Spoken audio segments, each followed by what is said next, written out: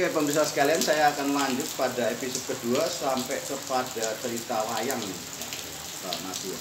Kembali kepada Semalam Suntuk, kemudian Pak Madi itu berarti harus menguasai satu cerita wayang, judulnya misalnya lahirnya Gatot Kaca misalnya. Berarti panjenengan tuh sudah tahu persis alur ceritanya tuh Pak. Sudah. Itu menurut kemarin Pak Adi katanya ada semacam skenario, saya tidak tahu. Nah, panjenengan pakai skenario juga Pak? Skenario apa untuk patokan saja? Urutannya ini Om. Oh nek niku kedahan Mas. Nek lakon itu judul itu kudu urut. Jadi mboten menyimpang to Le. Maksudnya sampai nanya improvisasi dan tahu urutannya nanti begini, tidak usah pakai skenario maksudnya? Enggak. Sudah. Berarti kalau saya sih sudah. Karena Pak Adi itu kan dalam kursusan, jadi sama Pak Tato dengan Pak Kiat nanti. Ya itu mungkin ternyata pemirsa sekalian bahwa dalam ini memang yang benar, yang seharusnya itu memakai sudah tahu alur ceritanya dan langsung melakonkan adegan demi adegan. Kemudian saya tanya Pak Madi, fungsi daripada gunungan kayon itu apa sebenarnya? Untuk pertama itu biasanya ada gunung dan turun. Itu fungsinya apa sebenarnya? Apa pemisah antara adegan atau apa itu cerita ya? Pentas gunungan itulah miwiti ajeng pentas ajeng mulai wayang. Itu kadang ada gunungan. Kalau di gunungan itu di bedol terus dipijet pucuk.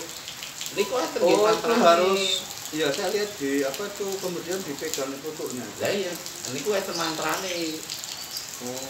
Nggih mantrane nggih. Pokoke nggih supaya penonton niku tetap bertahan sami asih kalih dalange. Itu diucapkan dalam batin. Iya, dalam batin. Batin saja. Kemudian Pak Madi, untuk cerita wayang ini kan saya lihat tuh kan sangat panjang kok. Kenapa sampai seorang dalang yang saya kasih tahu dari awal tadi itu sampai bisa begitu hafal dialog itu loh, terutama dialog saya kemarin waktu mulai belajar itu dialognya itu kan kok bisa hafal itu Pak Madi. Ya nek niku sakniki dalam sakniki nggih. Niku mawi anu Mas. Mawi tek terus naskah. Enggak.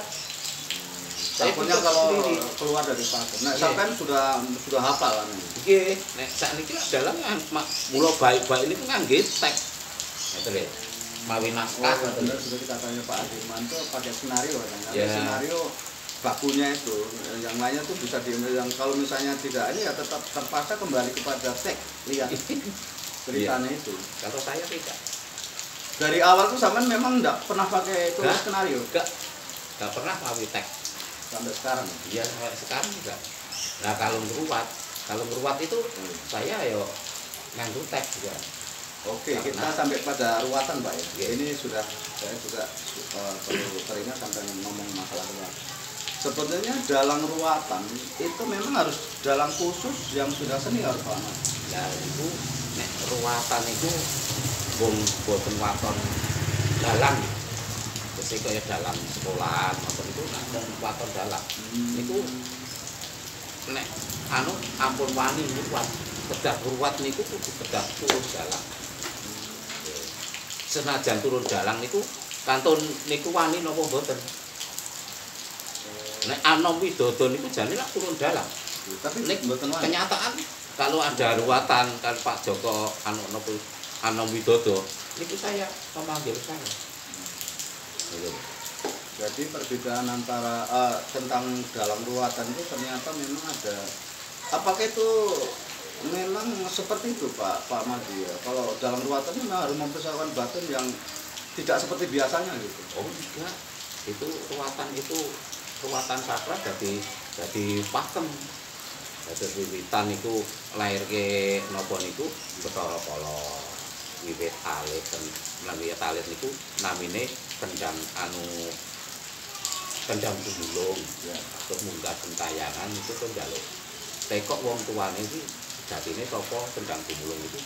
Wong tuane niku Bathara Guru nalika nganggon jagat niku kandhum katresnan wonten ngawang-awang kalih Batayu mong itu lah komon ini ku dawaten anu segoro itu lah kedadian niku pomo salah terus kendang gumulur terus niki diangkat dari anake Bathara Guru jadi Bathara Kala. Itu inti cerita ruwatan itu memang pakemnya begitu, Pak. Iya. Tidak boleh lain. Tidak boleh lain. Oh. Nah kalau ruwatan ringkes itu cekap yang punya hajat. Ada ruwatan ringkes dengan ruwatan panjang. Nah, ruwatan panjang itu komplit, Mas. Lengkap. Terus jejere nggih dewa, terus Bathara Kala golek pangan, ngoten kok. Dadi komplit. Dadi napa-napa upamane sing nunggu ngebuk, nunggu anu niku diceritake. Ini ruwatan ringkes. Itu namung sing duwe hajat niku terus diwacake gitu loh. Kembali bicara masalah ruwatan, Mbak. Saya ini juga ingin tahu, ya. Tentu juga pemirsa sekalian ingin tahu apa arti ruwatan itu. Saya seingat saya Pak Madi, ya, misalnya kalau saya itu misalnya contoh bukan kasus ya, tapi misalnya ada istilahnya ada anak laki-laki, anak perempuan, terus anak laki-laki lagi. Itu katanya harus diruat loh. Ya, kalau anak laki-laki satu itu namanya untang anting. Lah nek anak satu perempuan itu unting kebunting. Anak laki-laki satu namanya untang anting. Anak perempuan satu namanya unting. Terus nek nomor kali niku lanang kabeh. Niku lak anu uber-uber lawang. Lanang loro, laki-laki dua, ya, sama uber-uber lawang, kembar. Maksudnya kembar dua putri, perempuan itu kembang sepasang. Dan itu menurut kepercayaan adat Jawa itu harus diruat gitu. Iya. Kalau supaya apa Pak? Maksudnya ruatan itu supaya ada apa dalam perjalanan itu selamat atau pokoknya lancar lah gitu. Ya itu ngeten, anane ada ruatan. Niku nek Mbah Bagian niku proses pangan Bathara Kala. Nek mboten dipangan orangnya niku mboten. Namun dilongi pangane ngoten iki. Rezekine dilongi rezekine. Oh, gitu ya. Ini tentang ruwatan ya Pak Mati. Kembali kepada profesi panjenengan. Sudah berapa kali pementasan Pak Madi? Seingat sampean mendalang itu mungkin seingat sampean berapa kali? Mulai dari dalang lah, bukan dari mucui. Tadi dalang tahun-tahun berapa itu sampean mungkin ingat? Ya. Pementasan berapa puluhan? Itu ya. Saya malahan sudah puluhan. Saya puluhan pementasan ya. Iya. Terus kemudian Pak Madi, ini kan terkait dengan sejarah di Sagal Mati Pak.